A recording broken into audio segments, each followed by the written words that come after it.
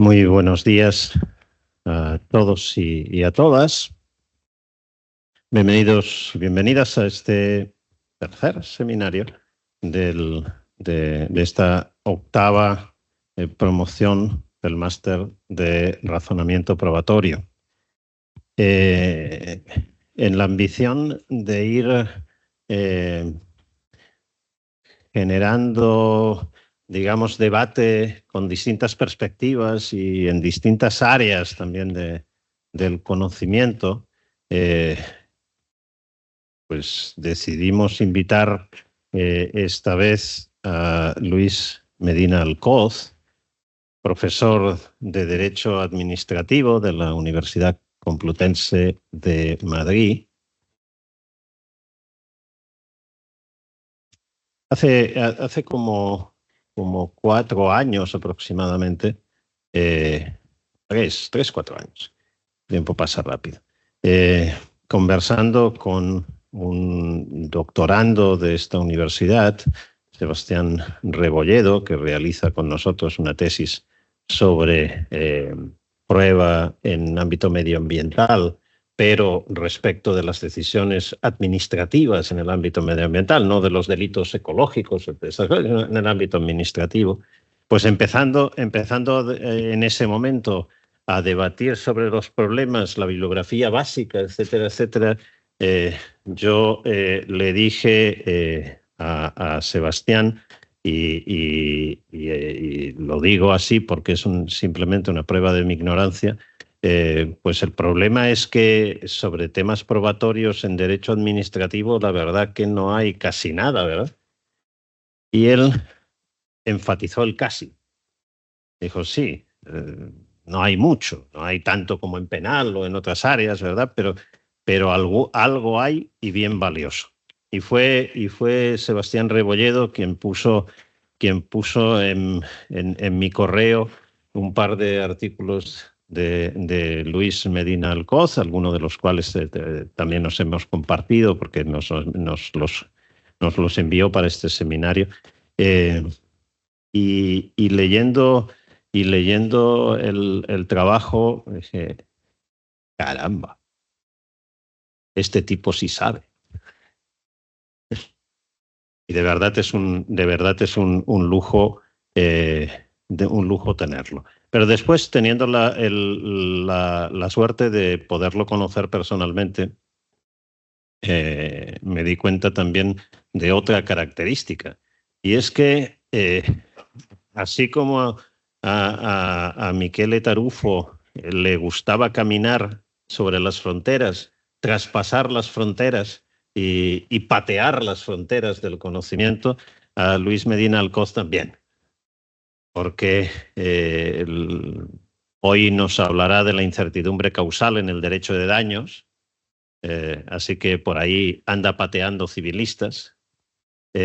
Ha trabajado sobre prueba en derecho administrativo, pateando procesalistas, epistemólogos y filósofos del derecho, y desde luego ha pateado también muchos administrativistas, o mejor dicho, fronteras de todas esas cosas, no a personas, sino a fronteras. Y esto creo que es muy destacable también de su trayectoria. Para mí, que me gusta también patear, para mí una característica muy positiva de romper esas fronteras artificiales entre las pequeñas habitaciones de 2 metros cuadrados que nos hemos ido construyendo cada vez más pequeñas. Cada vez, esto es como la presión inmobiliaria, nos llevan también a que cada vez todo sea más pequeño porque ya es lo único que podemos soportar, porque al final son las cosas que escriben los 4 que escriben con nosotros. Y entonces estamos dejando de ver el panorama y dejando de ver los problemas. Y, por cierto, dejando de ver que en la habitación de al lado tratan los mismos problemas y que, por tanto, quizás hay cosas que hay que aprovechar para afrontar los nuestros. Y esto a mí me parece muy importante. Hay otra característica del currículum de Luis Medina Alcoz que me parece muy destacable. Y es que, propiamente dentro del ámbito del derecho administrativo, su perspectiva siempre fue, por un lado, histórica y por otro lado, de teoría general. Es decir, buscar la teoría general de la disciplina, no el debate sobre la interpretación del segundo párrafo del artículo 15 de la ley no sé cuántas, que será muy importante y desde luego lo puede ser a los efectos de la aplicación de ese párrafo, de ese artículo, de esa ley, pero que pues tiene un vuelo mucho más rasante. Y el suyo ha sido siempre, en su obra, un vuelo más alto. También ese vuelo más alto te permite más fácilmente cruzar fronteras. Realmente es un placer, Luis, tenerte aquí hoy. Es algo que queríamos hacer para poder debatir contigo. Una red de grupos de derecho administrativo que se creó en España, se llama Seminario de Teoría y Método. Exacto, Seminario de Derecho Administrativo, Teoría y Método, o algo así, el STEM. Han implementado también un modo de trabajar, pues diría bastante parecido al que tenemos acá, de discutir en serio las ideas, de debatir en serio las ideas. Así que seguro que eso hace que te sientas como en casa y nos gustaría que así fuera. Bienvenido y la palabra es tuya. Bueno, muchísimas gracias, Jordi, por la invitación. Es un honor, realmente un honor a quienes nos gusta la universidad, a quienes nos gusta la dialéctica, el poner en común las reflexiones. Era por lo de patear. Es un honor venir aquí a Girona y es emocionante escuchar la presentación por dos razones fundamentalmente. El que haya habido un parangón, por pequeño que sea, con Michele Tarufo. Bueno, pues esto me lo quedo para siempre, ¿no? Que alguien como Jordi haya dicho que me parezco en algo a Michele Tarufo, bueno, es una hipérbole, ¿no? Pero bueno, a beneficio de inventario me la tomo, ¿no? Al propio tiempo, es también emocionante que te gustaran esos trabajos. También es verdad que es fácil entender que así fuera por una cosa muy humana. Y es que veía que era Jordi aplicado al derecho administrativo, ¿no? Con lo cual, qué bueno es, claro, es que te gustas. Lo cual es muy humano y muy comprensible. O sea, eso... bueno, pues gracias, por tanto, muy sinceras por el enorme privilegio de venir aquí y estar sentado aquí, no en una plaza, como me ha ocurrido en alguna otra ocasión, sino en una ponencia para debatir sobre cuestiones de prueba. Lo que traigo hoy aquí es un tema sobre el que llevo trabajando muchos años. Apareció ya en mi escritorio cuando abordaba cuestiones de responsabilidad en mi tesis doctoral, ¿no? Y estudiaba entonces la llamada pérdida de oportunidad, ¿no? Simplemente me ocurría lo que tantas veces, y es que yo no entendía qué era esto de la pérdida de oportunidad. Me gustaba, me resultaba fascinante, pero no entendía, ¿no? Y seguí estudiando y tengo un problema porque no entiendo, ¿no? Lo que ocurre en la investigación es muchas veces el momento en que te das cuenta que el problema no es tuyo, sino que el problema está en el planteamiento en sí, ¿eh? De modo tal que si otras veces el problema era mío, en esta me di cuenta que podía llegar a entender gracias a quienes, al margen del derecho administrativo y del derecho civil, razonaban sobre prueba. Es decir, yo simplemente accedía a la literatura que se produce en el contexto de esta cátedra y en el contexto, en definitiva, de los teóricos de la argumentación en materia de prueba, simplemente por utilidad. Porque gracias a eso podía entender. Y podía, en definitiva, hacer operativo un planteamiento de derecho positivo puro, ¿no? Ese es el origen, ¿no? Y tengo que decir, en fin, por razones de timing y de otro tipo, que podremos explorarlas juntos aquí, tuvo un éxito inusitado ese planteamiento, ¿no? Como tenía grandes dosis de verdad, me permito decir, es decir, porque no se apoyaba, trataba de evitar el lenguaje del artificio y desnudar la regla que se estaba aplicando a través de planteamientos muy razonables que venían sosteniéndose pues, en la prova dei fatti de Tarufo, en los libros de Jordi, en los hechos en el derecho de Marina Gascón, trabajos de González Lagier, en fin, en muchos otros, ¿no? Bueno, pues lo cierto es que el planteamiento ha tenido mucho éxito, ¿no? He escrito cosas que creo que están muy bien y que no ha leído nadie, ¿no? Bueno, estas, en cambio, sí que, por razones de todo tipo, sí que han tenido ese ese efecto. Pero también es que uno evoluciona y lo que yo publiqué en 2007 no es lo que yo pienso hoy. Cuando me pidieron segunda edición de ese libro sobre la llamada teoría de la pérdida de oportunidad, no podía, porque yo no opinaba lo mismo. Había evolucionado, había cambiado, sí en algunas cosas fundamentales, ¿no? Y entonces, bueno, hice otro libro más pequeñito, ahorrándome, ir yendo directo a la médula, ¿no? Que quizá con un título mucho menos bonito, se ha leído poco, pero con el que yo estoy muy contento, ¿no? Porque aquí he podido desahogarme, ¿no? y explicar mi posición, ¿no? La responsabilidad proporcional como solución a la incertidumbre causal. Bueno, de esto vamos a hablar hoy, ¿no? En suma, digamos, toda la intervención se centra o se divide en tres partes, ¿no? Una primera es simplemente una aproximación breve, instrumental, de lo que después voy a plantear, a qué hablamos cuando hablamos de causalidad, ¿no? Pero algo breve en este punto, ¿no? Pero, en fin, a los problemas que suscita la cuestión de la causalidad en el derecho de daños, en el derecho de la responsabilidad civil. Para después hacer el esfuerzo de tratar de explorar soluciones posibles, pero ojo, sin estar mediatizados por un ordenamiento jurídico establecido. Y ahí os voy a pedir el esfuerzo de que os sustraigáis, os evadáis de vuestros ordenamientos domésticos, como yo lo haré del propio, a fin de tratar de determinar, oye, ¿cómo resolvemos este problema? ¿No? ¿Qué soluciones hay? Luego veremos cuáles más nos gustan y tratar de decidir con arreglo a criterios racionales sobre nuestras preferencias. Pero, digamos, evitar lo que es tan típico entre los juristas de ocultar las razones por las que uno prefiere una solución y dar como argumento es que lo dice la Constitución. No, aquí no tenemos Constitución. En el primer debate lo que quiero es que me diga usted por qué le gusta esta solución. A usted, por qué cree que un ordenamiento podría establecerla, ¿no? Esto nos permite, digamos, con un mayor seguramente pureza o precisión de conceptos, explorar soluciones posibles al problema que os voy a plantear, ¿no? Para luego ya después bajar al terreno del derecho establecido y ver en definitiva qué es lo que ha ocurrido y lo que a nuestro juicio podría llegar a ocurrir en relación con la soluciones a este problema, el de la incertidumbre causal. Empezamos entonces con esta primera parte, que es la de la aproximación a la causalidad. Entonces, evitando aquí hacer referencia a las distintas teorías que hay sobre la causalidad, digamos que en nuestros ordenamientos todos partimos de que hay causalidad cuando mentalmente, suprimido el hecho ilícito, desaparece el daño. Es decir, si realmente el médico que actuó con una negligencia grave, incontestable, hubiera actuado correctamente como debía, bueno, pues resulta que si la paciente hubiera obtenido un tratamiento tempestivo y hubiera, digamos, sobrevivido, diremos que hay conexión causal entre la culpa y el resultado de muerte.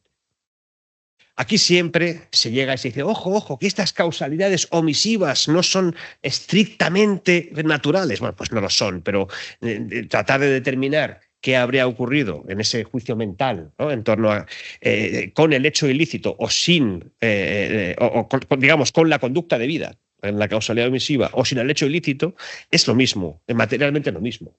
Obliga, en definitiva, a valorar con base en la lógica inductiva qué nivel de probabilidad hay de que en ese escenario, digamos, contrafactual, de que el daño hubiera desaparecido. No hay una diferencia cualitativa entre las que llamamos causalidades omisivas, que se dicen siempre no jurídicas porque presuponen que hay un deber jurídico que está en el ordenamiento incumplido, ¿no?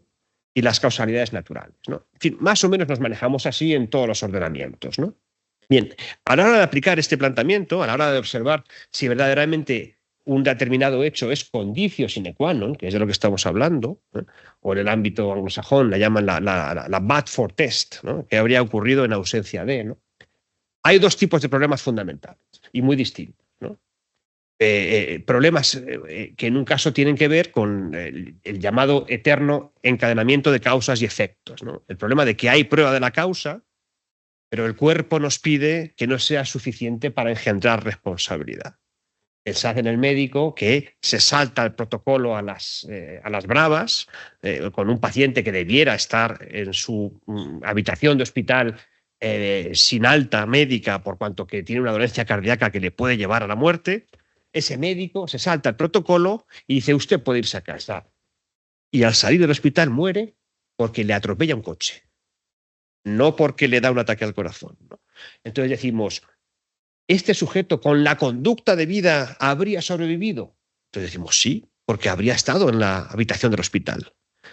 Sin embargo, decimos, ¿cómo vamos a endosarle esa muerte al contribuyente o al hospital privado? Cuando evidentemente, normalmente, digamos, cuando tú incurres en ese tipo de negligencias, lo que haces es favoreces el riesgo de que haya, en fin, muertes por razón de una enfermedad. Pero, en definitiva, en tratar de decir que por el solo dato de que no debiera haber estado en ese punto de la calzada cuando pasaba el coche que circulaba a toda velocidad, que solo por eso hay que afirmar la responsabilidad, bueno, pues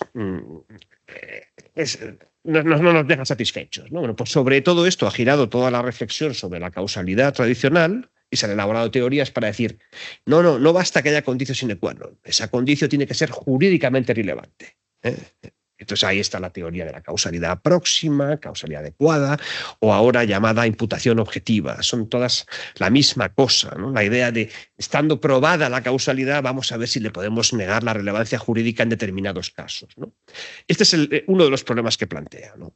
El caso que os he dicho es de laboratorio. Muchos son de laboratorio, no son de verdad. Hay casos reales en donde verdaderamente sí plantean un problema de regresus ad infinitum, sí, un problema de tratar de elegir entre causas probadas a fin de imputar o desimputar responsabilidad, ¿no? Pero nos quedamos con la idea de que muchos son de laboratorio. ¿Por qué será, no? Incertidumbre causal es otro tipo de problema. Aquí es que ese paso que da el teórico de la causalidad tradicional de voy a ver si puedo negar relevancia jurídica a la causa probada, no se puede dar porque nos falta el presupuesto.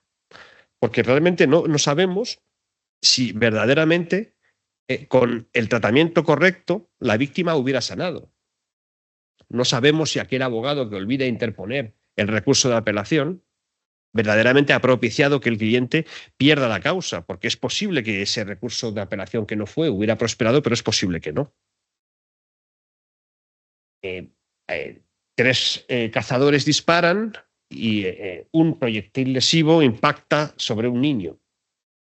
Y no se sabe cuál de las tres escopetas es aquella de la que salió el proyectil que impactó sobre el niño. Esto parece mentira, pero sigue ocurriendo, pese a los estudios de balística, ¿no? Sigue habiendo casos de esto, ¿no? Bueno, pues no sabemos cuál de los tres, sabemos que es uno de los tres, pero no sabemos cuál. Es decir, nos falta la prueba de la conditio sine qua non. Tenemos incertidumbre. Bueno, pues este problema es otro tipo de problemas y es al que se va a referir específicamente este seminario, ¿no? Bueno, la reflexión académica tradicional se ha centrado exclusivamente en el primer problema.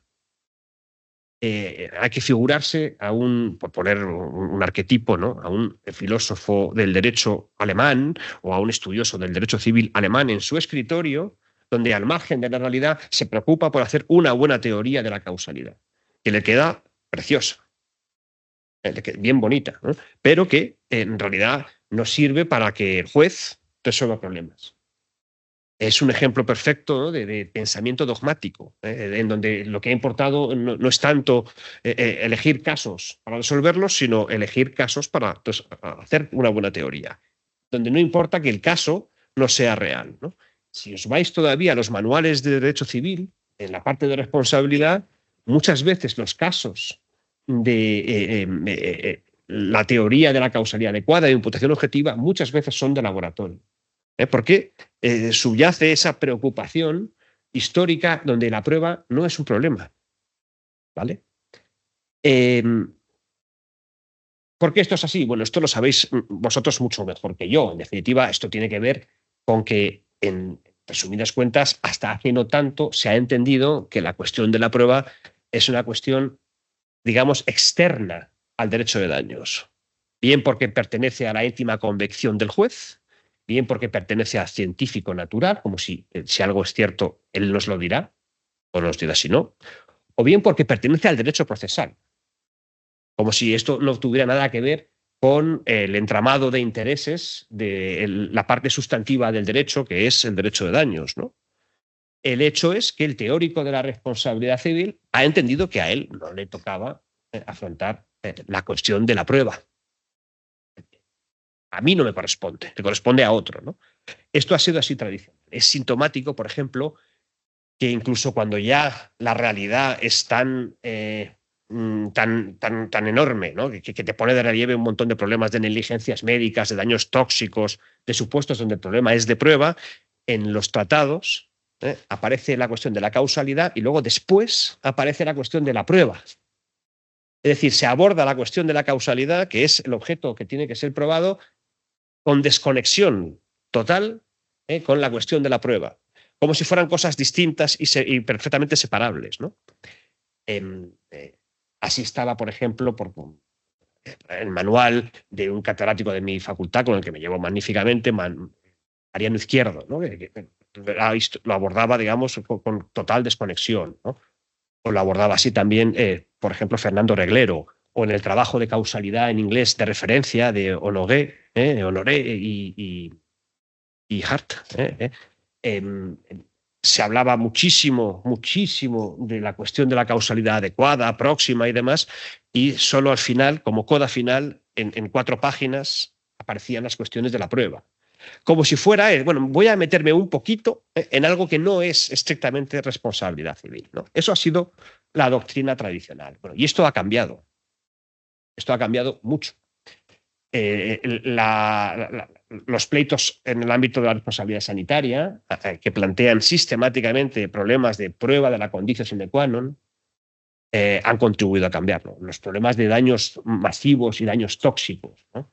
Los problemas, por ejemplo, que han dado pie al famoso supuesto de la sustancia DES, que se suponía que a las mujeres iba a ayudar a tener un buen embarazo y que por desgracia hizo todo lo contrario, dando pie a que murieran muchos niños o que nacieran con graves malformaciones y que las propias madres tuvieran muchísimos problemas, ¿no? En donde se descubrió, se estableció la conexión científica entre esos daños y el medicamento, y sin embargo la dificultad estribaba en tratar de saber en cada caso qué concreta fabricante había producido el medicamento lesivo, ¿no? Lo que daba pie, digamos, a supuestos de incertidumbre, por completo equivalentes al clásico caso de los cazadores. En el caso concreto que dio lugar a una revolución en materia de teoría de la causalidad en Estados Unidos y derivadamente en el mundo, en 1980, el Sindel versus Abbott, la concreta víctima no sabía cuál de las 7 fabricantes californianas le había producido la pastilla que ella tomó, de modo tal que no se podía establecer realmente que había conexión causal, sin de afirmar la responsabilidad con arreglo a los parámetros tradicionales, ¿no? Bueno, el caso es que, digamos, en el ámbito del derecho de daños, los casos han obligado a replantear todos los problemas en materia de causalidad. Y yo creo que aquí se han retroalimentado los teóricos en materia de argumentación, en materia de prueba, y los teóricos de la responsabilidad. Y que ha habido, digamos, una retroalimentación muy positiva que ha dado pie a que, por ejemplo, el lenguaje de los estándares de prueba, que era perfectamente común en el ámbito anglosajón en materia de derecho de daños, ya es común desde hace no tanto en el ámbito de los teóricos en materia de prueba. Y yo creo que ahí eso ha debido de influir mucho justamente el derecho de la responsabilidad civil. Bueno, aquí llamándome ahora en el momento más inoportuno. En la actualidad, en definitiva, no puede discutirse que la cuestión de la prueba del nexo causal es una cuestión jurídica que además pertenece a la responsabilidad civil. No es ajena, sino que quien la resuelve, quien decide cómo se afronta la cuestión de la incertidumbre causal, es el derecho de la responsabilidad civil y no otro, ¿no? Y lo hace a través de reglas jurídicas en el más estricto de los sentidos, muchas de las cuales traslucen, como ocurre en las reglas jurídicas habitualmente, política. En fin, son opciones políticas, en donde se da importancia a un valor en detrimento de otro. Y eso es el derecho de la prueba en general y, derivadamente, el que establece un concreto sistema de responsabilidad civil. Entonces, voy simplificando mucho, me interesa centrarme en tres tipos de reglas probatorias que establece o puede establecer un concreto sistema de responsabilidad. Unas son aquellas a través de las cuales se calibra el nivel de probabilidad o verosimilitud de la hipótesis de que hay nexo causal, de que hay condicio sine qua non, que son reglas que en efecto toma el derecho de daños prestadas de la teoría del conocimiento, pero que se convierten en reglas jurídicas, ¿no? La que te dice que si tienes muchas y muy variadas informaciones que apoyan la hipótesis de que hay conexión causal, es más probable, o tiene más probabilidad esa hipótesis que la contraria, ¿no?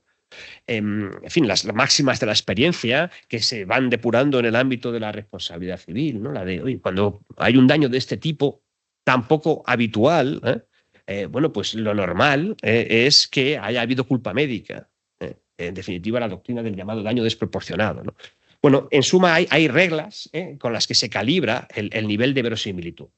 Y aquí aclaro desde ya que, aunque la lógica inductiva o sana crítica nos permite distinguir entre que hay hipótesis con una alta probabilidad o con una baja probabilidad o con una probabilidad media, lo que no nos permite es hablar en estrictos números, con porcentajes, ¿no?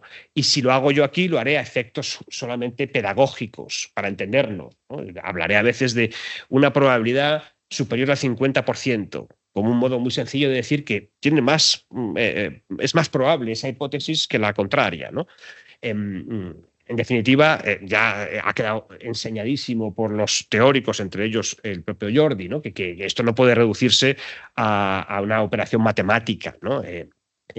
Pero no deja de ser útil muchas veces la utilización de cifras a estos efectos, ¿no? Cuando lo haga, lo haré con esta cautela, ¿no? Pues bien, además de estas reglas, tenemos luego los estándares de prueba. Es decir, el lugar en donde un sistema de responsabilidad civil decide que hay que colocar el umbral a partir del cual afirmo que hay causa o niego que hay causa. Y esto es una regla estrictamente política. Si yo entiendo que tienen o merecen el mismo respeto el interés de uno en no pagar y del otro en que le paguen, estableceré un umbral a mitad, en medio. Estableceré el llamado umbral de la probabilidad preponderante. Si entiendo que en realidad merece más respeto uno de los dos, lo que haré será o bajar el umbral o subir el umbral. Y lo haré en función de valores, criterios políticos. Y lo mismo, y a veces la distinción es simplemente aspectos analíticos, pero en realidad en la práctica se diluye la diferencia con los estándares de prueba, están las reglas, digamos, de carga probatoria. La de, por explicarlo, digamos, con precisión, ¿no? Admitiendo que el umbral está situado en un determinado sitio, lo que no sé yo como aplicador del derecho es si supera o no ese umbral el nivel de probabilidad en un caso dado, ¿no? Bueno, pues el derecho establece una regla de cierre para resolver esto, que solemos llamar, porque aquí el lenguaje también es muy confuso, regla de carga probatoria. Entonces yo puedo establecer una regla de carga probatoria que trate de rendir tributo a los dos intereses, el de la víctima en que le paguen y el de la gente en no pagar. Y en ese caso, bueno, pues establezco estas reglas de carga dinámica, en donde, admitiendo que de primeras la regla favorece primariamente, en caso de duda, al demandado, puedo establecer que si es el demandante, si es el demandado en que estaba en mejores condiciones para probar, bueno, pues que sea favorecido por esta regla de cierre para supuestos de duda el propio demandante. En definitiva, bueno, reglas que tratan de partir de la identidad de valor de las dos partes. O, en cambio, puedo establecer una regla que sistemáticamente favorezca a una de las dos partes en función de un criterio también político, de dar más valor a una de las dos partes por alguna razón, ¿no? Pero entonces esto nos lleva a distinguir varias soluciones posibles al problema de la incertidumbre causal. ¿Cómo resuelvo yo la cuestión de quién tiene que responder ante una negligencia médica si verdaderamente no sé si la víctima hubiera salvado la vida. Si es posible que sí o si es posible que no. ¿Vale? Entonces puedo establecer una regla de privilegio pro damnato. El sistema de responsabilidad civil entiende que las víctimas en el ámbito sanitario deben merecer más tutela que los posibles agentes, por ejemplo, las administraciones públicas. Entonces, si esto es así, establece una regla en virtud de la cual o bien baja el umbral de prueba o bien establece una regla de cierre que favorece sistemáticamente a la víctima. Bueno, esto está propuesto, por ejemplo, por grandes autores de la responsabilidad civil en Francia, como pueda ser la profesora Genoveva Biney, ¿no? Ella lo sostiene así. Es porque su criterio político favorable a las víctimas del sistema sanitario hace que ella diga que el umbral tiene que estar bajo, ¿no? O que se establezca una regla de cierre favorable. O esta regla, por ejemplo, en el ámbito ambiental está en la Ley de Responsabilidad Medioambiental y en la directiva de la que esta ley es transposición, ¿no? En la medida en que establecen una especie de presunción de causalidad, es decir, ante un mínimo panorama indiciario de que tal fuente contaminante es la causa de tal daño ecológico, bueno, pues no hace falta más, de modo tal que sí, solo sí queda fehacientemente probada la hipótesis inversa, entonces se niega la responsabilidad de esa empresa. En definitiva, no quiero entrar aquí en debates dialécticos, hablar de presunción de causalidad o hablar de un estándar de probabilidad bajo o es todo declinaciones de lo mismo, ¿no? Una regla probatoria que lo importante lo que hace es expresar la importancia asignada a, en este caso, el interés del medio ambiente y, por tanto, derivadamente, el interés en sobreproteger a una de las dos partes. En este caso seríamos nosotros como sociedad y beneficiaria de la reparación del daño ecológico frente a la empresa que potencialmente pudo ser responsable de la contaminación. Por tanto, tenemos ejemplos de derecho positivo, ¿no? que expresan, ¿no? esa opción favorable a rebajar el umbral de certidumbre. Hay lo mismo reglas de privilegio en sentido inverso, prodañante. El sistema puede inversamente decir, no, es que yo quiero sobreproteger el potencial agente dañoso, en cuyo caso establezco un umbral de probabilidad alto o una regla de cierre que sistemáticamente favorece al victimario en supuestos de duda, ¿no? Si esto se aplicara en los supuestos que venimos manejando, bueno, pues diríamos que en ausencia, ante la incertidumbre en torno a qué habría ocurrido con un tratamiento médico correcto, diremos, bueno, pues como el sistema quiere proteger a la administración sanitaria o al hospital, establecerá un umbral que no se satisface y derivadamente negará la responsabilidad. O en caso de duda, digamos, entenderá que ha de establecerse la hipótesis que favorece a la administración sanitaria y en particular, entonces, habrá de establecerse que no hay conexión causal en ese caso, ¿no?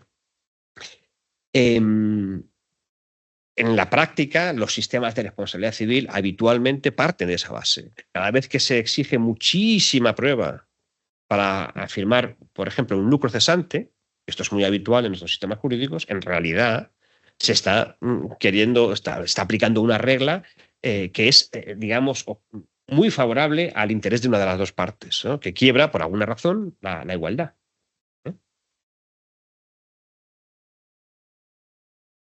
Hay más soluciones posibles. Otras soluciones posibles es soluciones que no sean de privilegio, soluciones que traten de resolver el conflicto partiendo de la identidad de valor de los intereses de la víctima y el potencial causante. Y aquí tenemos también varias soluciones, ¿no? Una sería la de, la que podemos, llamado aquí convencionalmente sistema binario simétrico. Es decir, establece un umbral de probabilidad, pero que lo coloca en el medio. Es el umbral de la probabilidad preponderante. De modo que solo si es más probable que lo contrario, la hipótesis de que la víctima hubiera sanado, entonces sí se afirmará la conexión causal, ¿no?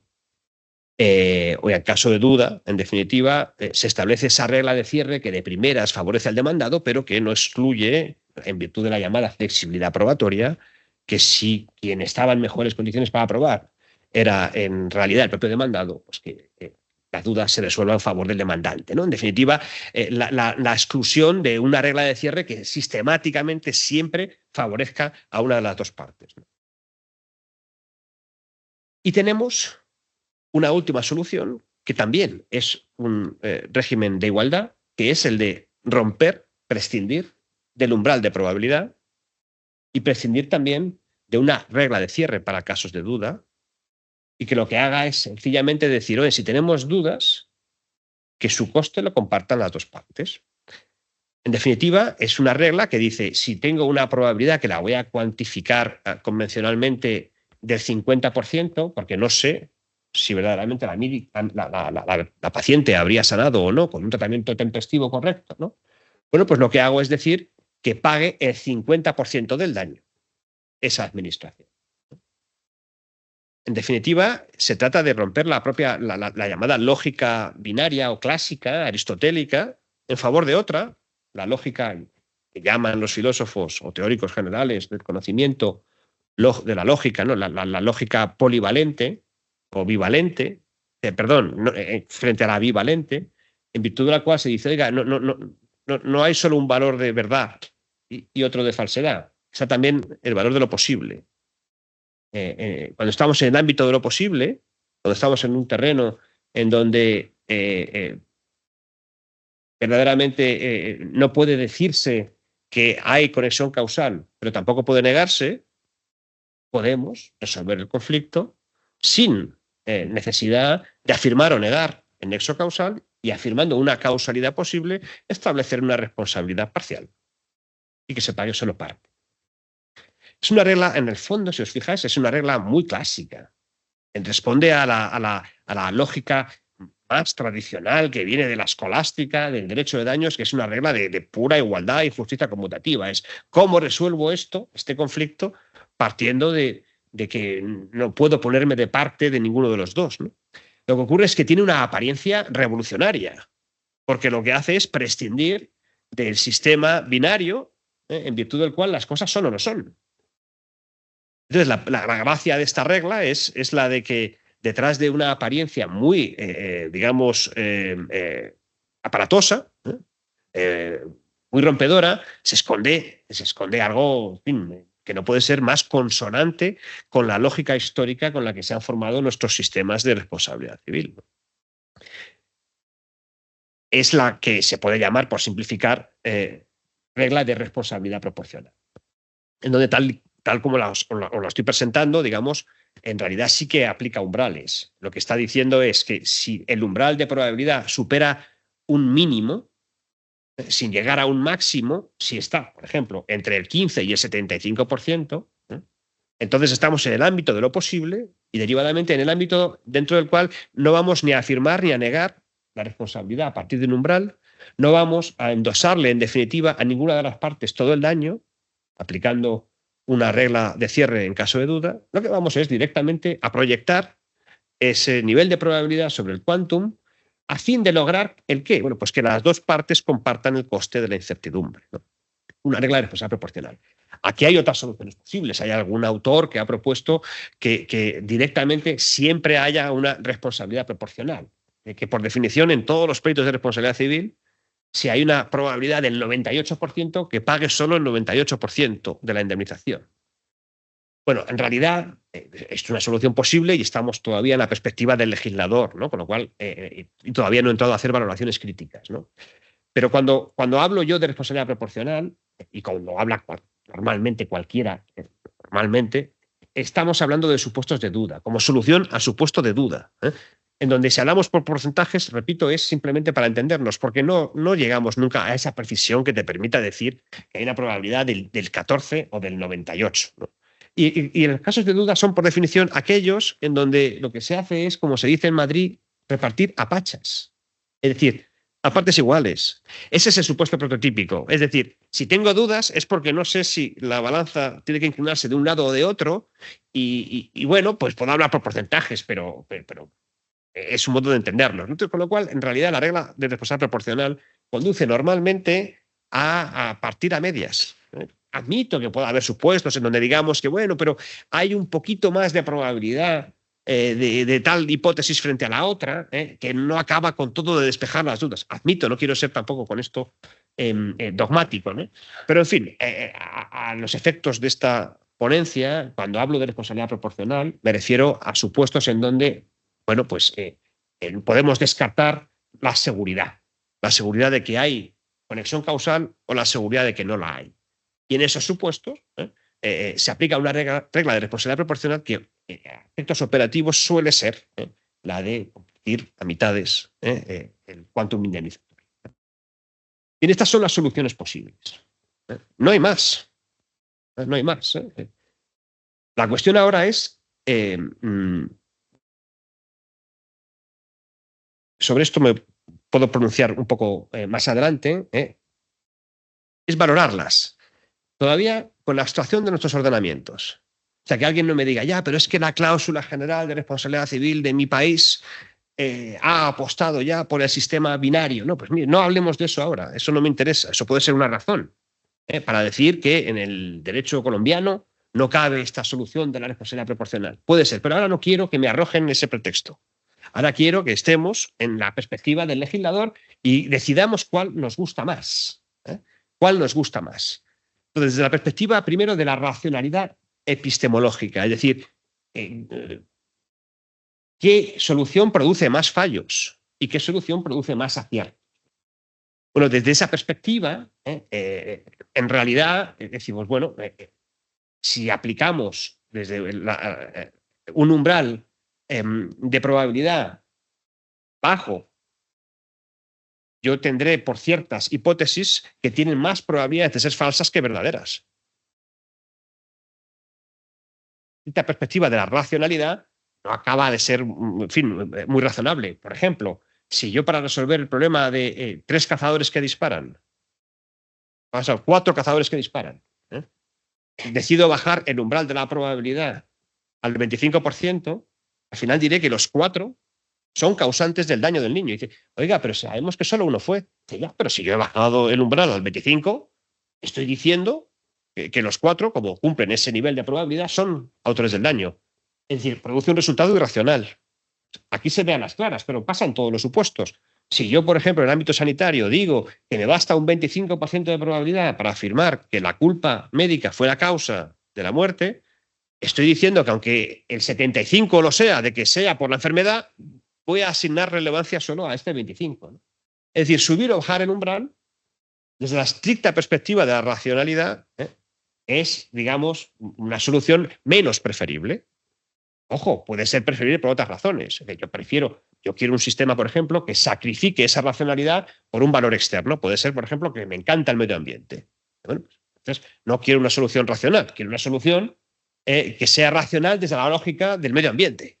Pero entonces ya estoy apelando a otro valor. Estoy valorando la regla desde otra perspectiva, ¿no?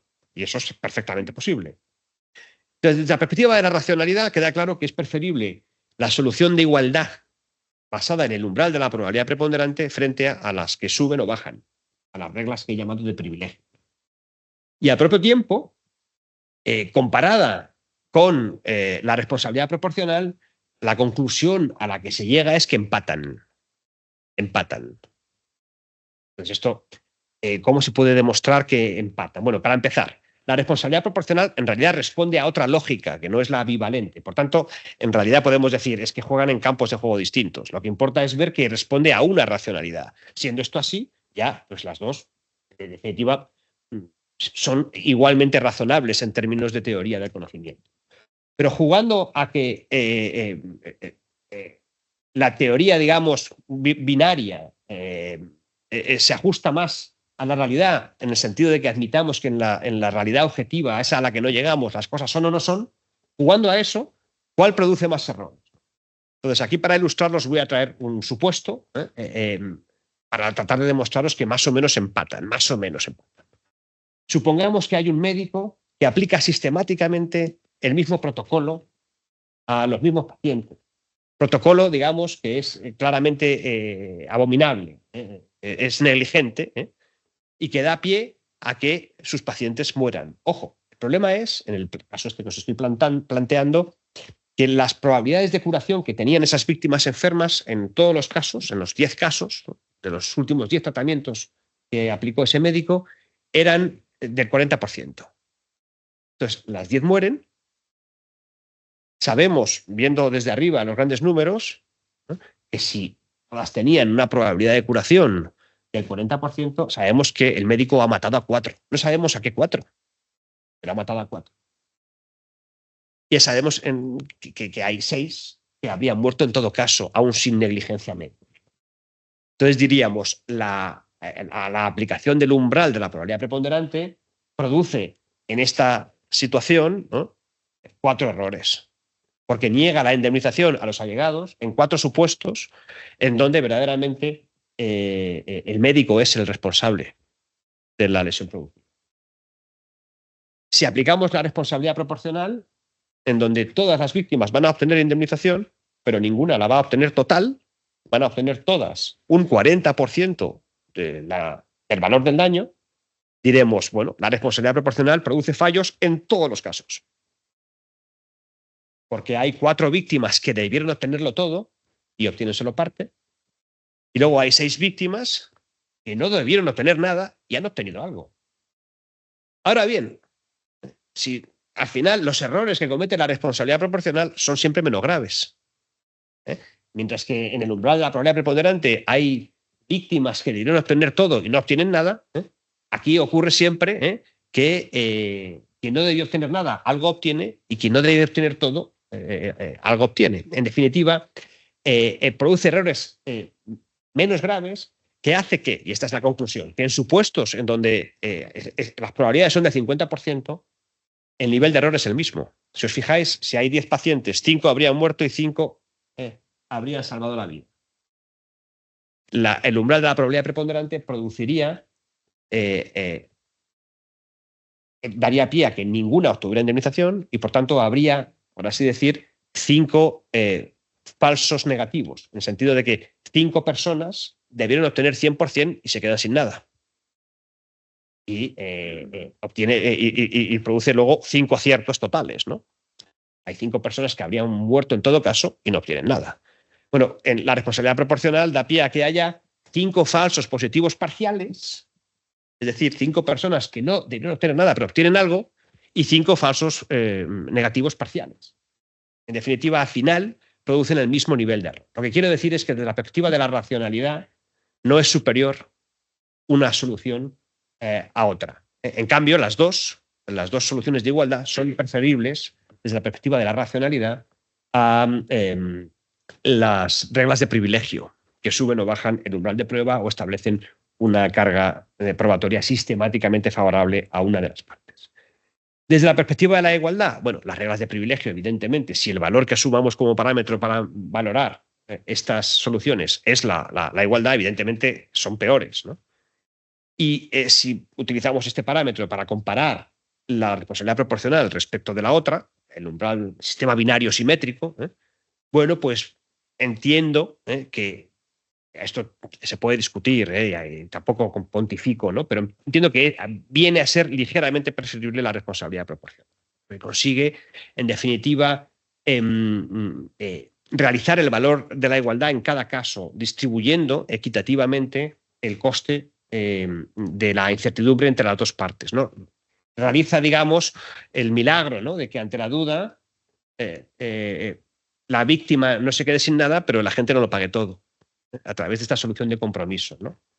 Si aplicamos, por ejemplo, por jugar un poquito, el velo de la ignorancia de Rawls, ¿no?, y nos lo ponemos y decimos, yo no sé qué me va a tocar ser, agente dañoso, posible agente dañoso o víctima.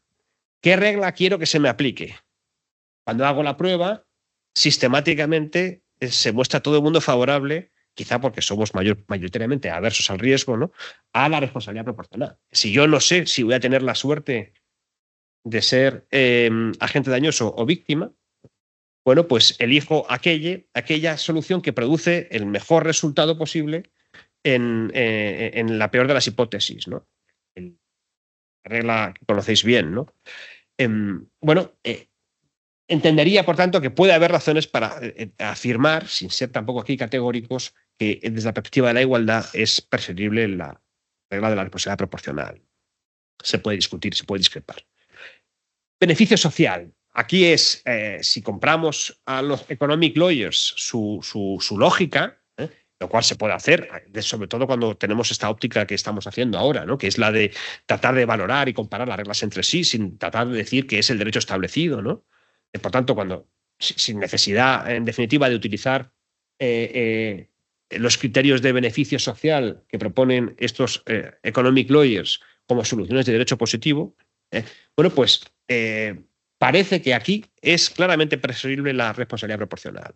Lo que arroja el análisis económico del derecho, estudios muy interesantes de Delgado, Schabel y otros, es el de que consigue, digamos, el nivel óptimo de medidas de cuidado y el nivel óptimo de indemnizaciones. En el sentido de, si vemos la responsabilidad como un problema orientado a minimizar el coste de los accidentes, entendiendo por tal no solo los daños que tienen las víctimas, sino también las inversiones que le supone para el operador invertir en seguridad, en medidas de protección, pues la responsabilidad proporcional consigue vencer a las demás reglas. ¿Por qué? Bueno, si nos vamos al ejemplo que poníamos de ese médico negligente que sistemáticamente aplica el protocolo incorrecto, bueno, pues si ocurriera que tenían las 10 víctimas una probabilidad de curación del 40%, lo que nos dicen los economic lawyers es que el umbral de la probabilidad preponderante da pie a que no se indemnice ninguna y, por tanto, no incentiva que cambie o modifique ese protocolo incorrecto aquel médico. Si, en cambio, la probabilidad de curación en cada caso fuera del 60% y tuviera que pagar indemnización en todos los casos, sobreincentivaría al médico y a la administración sanitaria de que se trate, en la medida en que tendría que gastar mucho, incentivaría que se gastara mucho en medidas de precaución, pese a que hay 4 víctimas que habrían muerto en todo caso, ¿no? Se dice, en realidad la responsabilidad proporcional consigue la cuadratura del círculo y es como si tuviéramos un conocimiento perfecto de la realidad y supiéramos qué 4 víctimas habrían salvado y cuáles 6 habrían muerto en todo caso, para que se indemnice solo el 100% de las 4 que se habrían salvado. Porque esto es lo que se consigue cuando a las 10 les das solo parte, en función del nivel de probabilidad causal. En suma, lo que ellos dicen es que, de la perspectiva de beneficio social, aplicada a la regla de responsabilidad proporcional solo en supuestos de duda, digamos que se sitúan entre la probabilidad baja y la alta, es claramente preferible a la regla tradicional que aplica el sistema binario, ¿no? Bueno, esto sería la perspectiva, digamos, del legislador, donde llegamos a esta conclusión, donde parece que vence la responsabilidad proporcional, ¿no? Puede haber otros valores. Si nos vamos, por ejemplo, ya a delitos concretos, por ejemplo, el medio ambiente, uno dice, bueno, yo es que voy a asumir como valor prioritario para enjuiciar estas reglas qué regla dinamiza más la ecología. Entonces, claramente ganará la que, de hecho, es derecho positivo en Europa, que es la que dice que excluye la responsabilidad proporcional claramente y establece el sistema binario con probabilidad baja, un umbral de probabilidad baja. Es decir, no.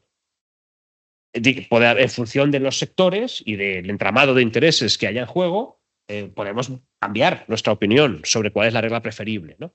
Pero, en fin, partiendo de estas 3 lógicas, en principio, parece que, empatando en materia de racionalidad epistemológica, la responsabilidad proporcional gana al sistema binario simétrico en términos de igualdad y en términos de beneficio social.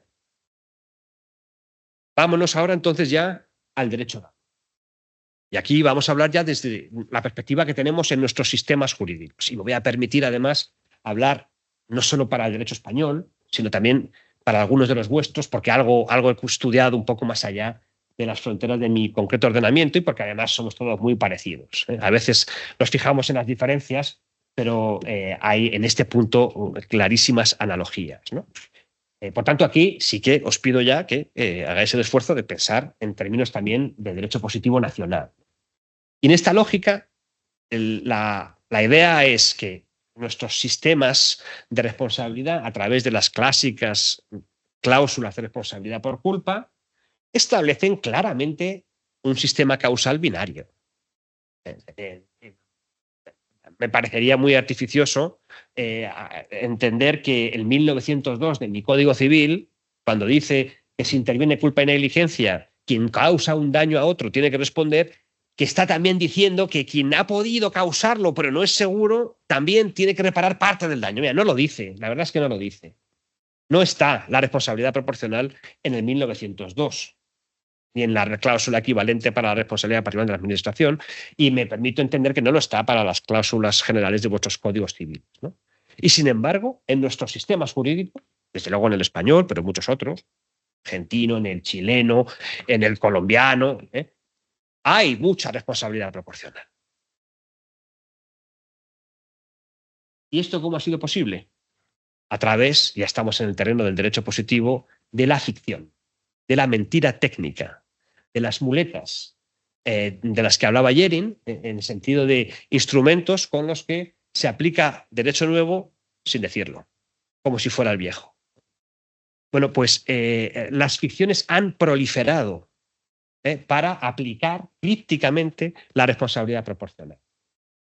Precisamente porque se ha construido la solución a la incertidumbre causal de la responsabilidad proporcional no en los escritorios de un estudioso alemán, sino en el foro de un juez que tiene que dar respuesta a un caso y quiere hacerlo además con arreglo a la lógica clásica del derecho de daños, que es igualitaria, es de igualdad, ¿no?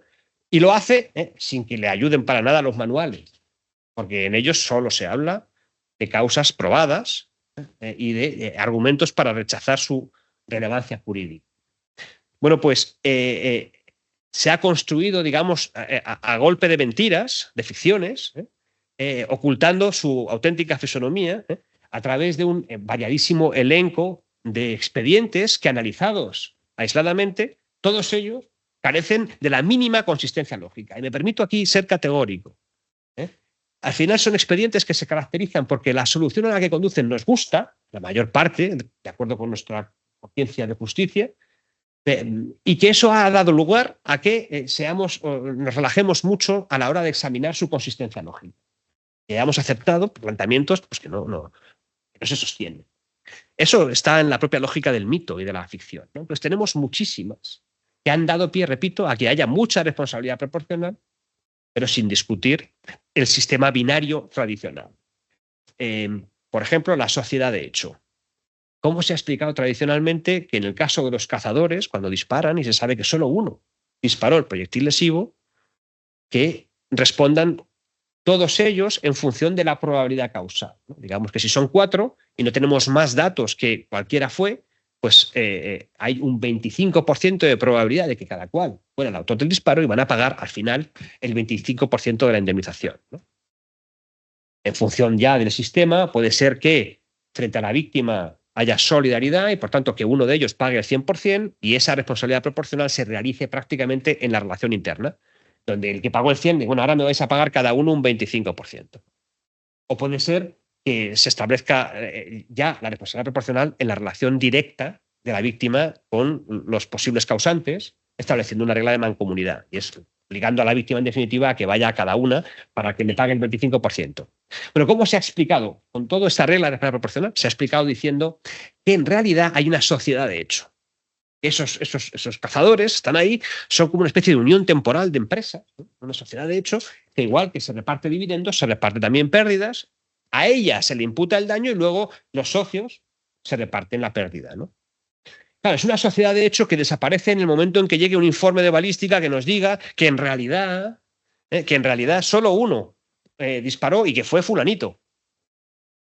Digamos que cuando el juez está conformando su opinión de qué ha ocurrido aquí y está a punto de decir que hubo una sociedad de hecho y que hay que equidistribuir el coste de la incertidumbre, como de repente al final, entonces está a punto de decir que existió en el pasado una sociedad de hecho, Esa sociedad de derecho en el pasado dejará de existir cuando al final ve el informe de balística que le dice que fue solo repito.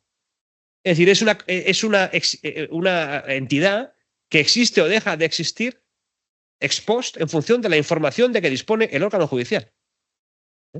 En definitiva, no hay quien se lo crea. Lo que pasa es que nos gusta la solución. A muchos nos gusta, ¿no? Lo interesante es que aunque el derecho positivo lo diga, como lo que está de base es no conmover las convicciones tan asentadas que tenemos en la cultura jurídica, no se dice que el fundamento es el derecho positivo, ¿no? Es que la ley de caza dice que esto es así, no hace falta inventarse una sociedad de derecho, es la solución que está el derecho. Dicen, no, pero es que en realidad lo que hay detrás es que para el derecho positivo hay una sociedad de derecho. Oiga, pero que no hace falta inventarse eso. Se ha apostado por una regla de responsabilidad proporcional y ya está. Pues ha sido la explicación recurrente para explicar la responsabilidad colectiva por daño causado por miembro indeterminado. Otra, esta es la más exitosa, la ficción de la pérdida de oportunidad. Se dice, aquel paciente cuando va a la consulta del médico con síntomas que cualquier médico normal, no solo ese gran médico que está a la última, sino un médico normalito, habría identificado como una posible grave patología que obligaba a practicar un TAC, a hacer pruebas y demás. Cuando aquel médico, por tanto, negligente, confunde lo que no debiera haber confundido, ¿no? Una grave patología con una gastroenteritis, se dice, en ese momento sacrifica un bien en sí mismo que es una oportunidad. De modo tal que cuando afirmamos la responsabilidad, lo hacemos por la pérdida de un bien cuya conexión causal con la culpa médica es clarísima, porque la conexión causal no la establezco con el resultado de muerte, la establezco con la oportunidad de curación como un bien en sí mismo que hurtó el médico en la consulta. Claro, si nos fijamos bien, el médico que tiene dudas en torno a qué habría ocurrido, el tratamiento correcto, se encuentra con que, en efecto, hay un bien cuya existencia y consistencia depende de ese nivel de probabilidad causal que no arroja resultados concluyentes y está a punto de decir que en el pasado hubo un bien. Pero de repente, cuando le llegan están al final los informes periciales convincentes que razonan que por razón de edad y otras circunstancias es seguro que hubiera fallecido en todo caso, cuando obtiene la seguridad de que en realidad no ha influido para nada la negligencia médica, entonces ese bien desaparece y podrá resolver negando la conexión causal y la responsabilidad. O lo mismo cuando obtiene la seguridad inversa. En definitiva, la oportunidad perdida es un bien cuya existencia y consistencia depende de la información que después tendrá el operador que tiene que pronunciarse sobre la responsabilidad. Lo cual indica que es mentira, que es una regla de responsabilidad proporcional encubierta, en donde de nuevo ha sido la solución que halló un juez en un sistema jurídico dado para resolver el conflicto de, oiga, es que no sé a quién dar la razón porque tengo dudas y me parece que una regla equitativa es la de distribuir la indemnización entre ambos. Y esto se sabe que lo hicieron jueces franceses a principios del siglo XX y también en Reino Unido. Estoy seguro de que lo hicieron en muchos más sitios. Solo conocemos esos porque estos sistemas son los que mejor se presentan en la comunidad jurídica mundial, ¿no? Y los que incluso conocemos mejor nosotros a veces que nuestros propios sistemas jurídicos. No es más fácil saber qué se resolvía en por un juez civil de Inglaterra que uno español, ¿no? Simplemente porque aquí tenemos menos conciencia de lo que se hacía, ¿no? A efectos prácticos, lo que quiero decir con ello es que estas soluciones tópicas han tenido un enorme éxito porque conseguían la cuadratura del círculo. Establecer una solución revolucionaria, ojo, solo en apariencia, quebrar el sistema binario, pero sin decirlo, haciendo como que el sistema binario que luce en nuestras cláusulas generales sigue incólume, ¿no? Hay más, por ejemplo, en Alemania, en el ámbito germánico, bueno, en Alemania, porque en Austria es una excepción muy interesante, ¿no? En Alemania tienen también sus ficciones. Ellos niegan la de la pérdida de oportunidad, pero hacen lo siguiente. Dicen, yo voy a bajar el umbral de prueba. Y luego después, entonces afirmo o niego la causa. ¿Vale? Yo no voy a entrar a decir que quiebra la lógica binaria tradicional. Yo afirmaré o negaré la causa. Lo que ocurre es que lo haré a través de un principio de flexibilidad que me permite con poco afirmar la causa. Y luego después me voy al quantum y también lo reduzco un poquito. Eso es un modo alambicado de decir que estás aplicando la regla de responsabilidad proporcional. Esta tesis, por ejemplo, la sostiene mi admiradísima compañera estudiosa de estas cuestiones, Marina Gascón, en un debate que tuvimos ella y yo, ¿no? Donde ella se resistía a entender que detrás de la llamada pérdida de oportunidad hay una regla de responsabilidad proporcional y hacía esta estratagema, ¿no? La de decir, hay una presunción de causalidad, porque todavía ella no hablaba de estándares de prueba, pero luego me voy al quantum y lo rebajo un poquito. Y dice, bueno, pues eso, yo no veo en el derecho de daños, ¿no?, que haya una regla así, ¿no? Es un poco Birlibirloque, ¿no? Hay más ficciones, precisamente por porque por el modo en que se ha desarrollado y ha evolucionado la regla de responsabilidad proporcional, ¿no? Pero me he centrado solo en las que entiendo que son más llamativas, ¿no? ¿Cómo vamos de tiempo? 10 minutos, perfecto, perfecto, sí, sí. Bueno, muy interesante, voy a agotar 5 minutos para contar esto. Precisamente esa apariencia, digamos, modesta de que esto es, en realidad, darnos cuenta de que hay un daño nuevo, que es la oportunidad perdida, o es un tema de causalidad, pero manteniendo incólume el sistema binario tradicional, solo que justificando ad hoc una rebaja del quantum indemnizatorio. Este modo de razonar ha sido enormemente exitoso, ¿no? De modo tal que los pocos autores que criticaban este modo de llegar a esta solución, todos tienen de común el que eran outsiders, en el sentido de que la cosmovisión de la causalidad estaba tan arraigada en la mente de los estudiosos y aplicadores del derecho de daños que solo alguien que estuviera un poco ajeno a ese hábitat podía alumbrar una solución distinta y, en definitiva, desnudar la que se estaba aplicando verdaderamente en nuestras cortes y tribunales de justicia. Entonces, estos ejemplos de esta hipótesis que os formulo, ¿no?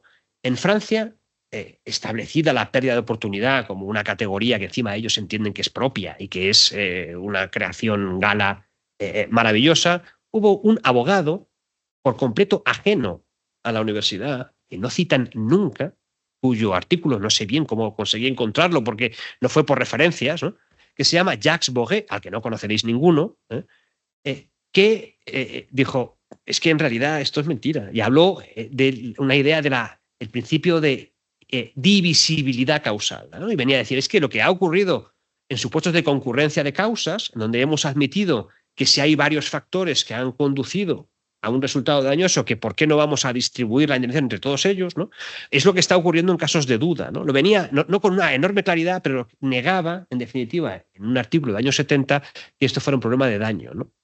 Artículo que, repito, no ha tenido ningún eco en el ámbito francés, donde todavía hoy, bueno, ya hoy no exactamente así, pero hasta hace poco la ortodoxia la representaba, por ejemplo, Chabat, con mucha influencia en muchos sistemas hispanoamericanos, por ejemplo, en Chile, ¿no?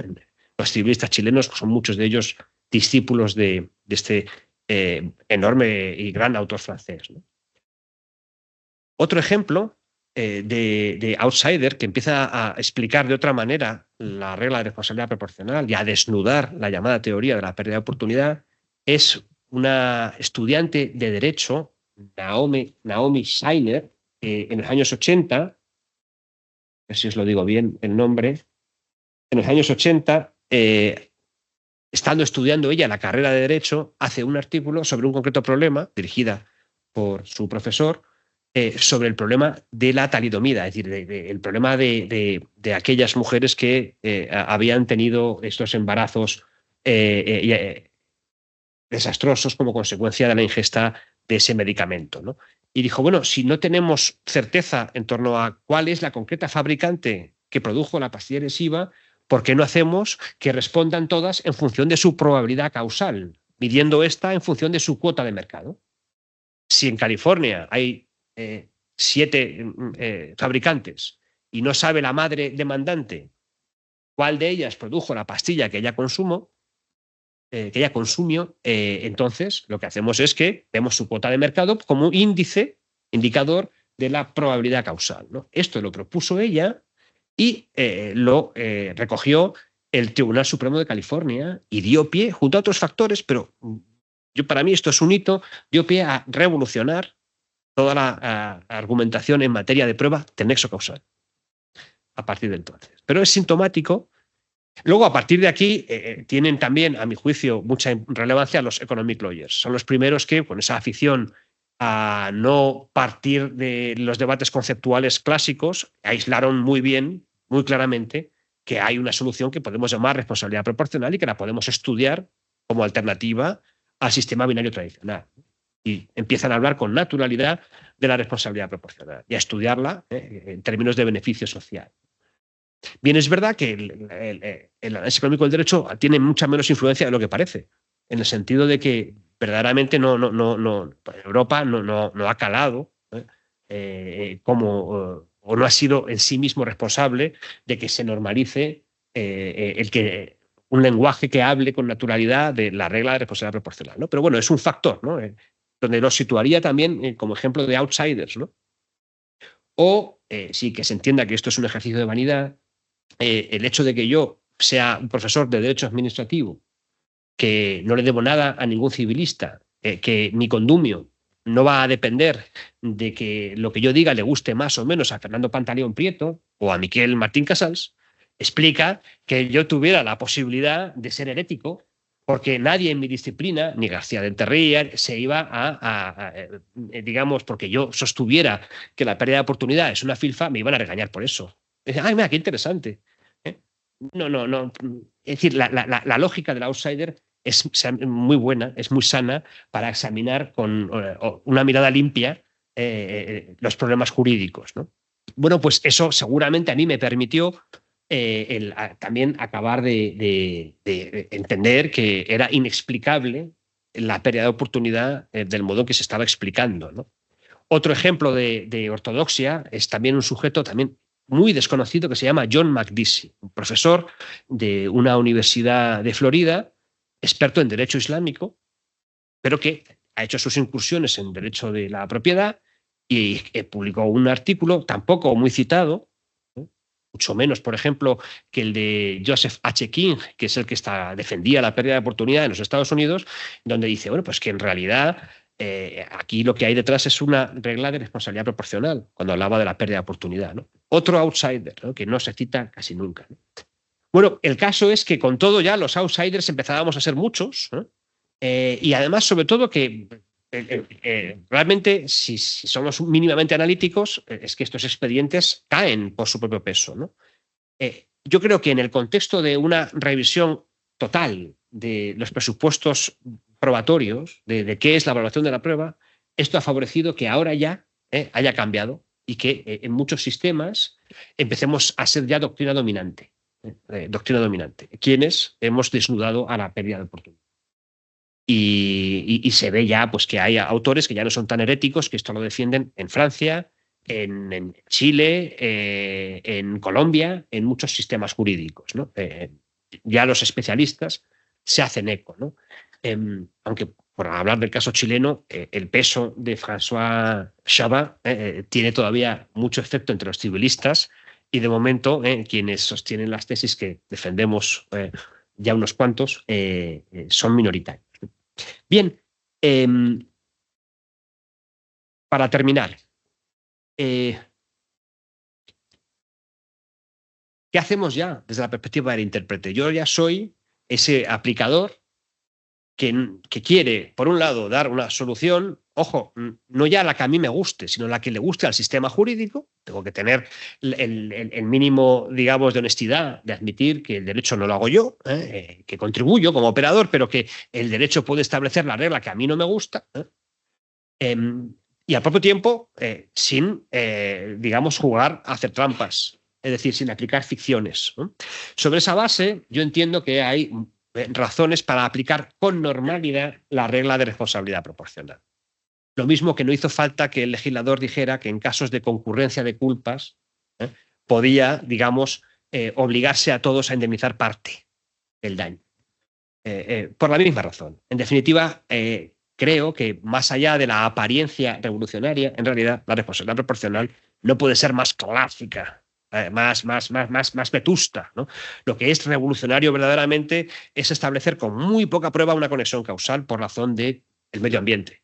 Es decir, eso es tanto como utilizar el sistema de responsabilidad civil para hacer justicia distributiva, que es perfectamente posible. Pero lo que quiero decir es que esto es lo que sí que cambia el modo en que tradicionalmente hemos trabajado el derecho de daños. Entonces, eso es lo revolucionario. Y eso es lo que yo creo que requiere de una opción política, si no expresa, al menos inequívoca. Yo le niego autoridad a Genoveva Biney para decir que en el ámbito sanitario hay que hacer justicia distributiva en favor de las víctimas de la sanidad, porque se la atribuyó al legislador. Es decir, si queremos un sistema en donde, de entrada, siempre, en caso de duda, se beneficie a una de las partes, eso es posible, pero tiene que establecerlo la ley. Yo no tengo esa legitimidad como estudioso y tampoco la tiene un juez. Entiendo por ello que si el desarrollo del derecho de daños que se ha hecho a golpe de sentencia, no a golpe de ley, se ha hecho siempre partiendo de esa lógica de equidad en donde lo que se le pide al juez es que la regla que alumbre, ojo, nazca con la ambición de tratar con identidad de valor el interés de la víctima en que le paguen y de la gente en no pagar.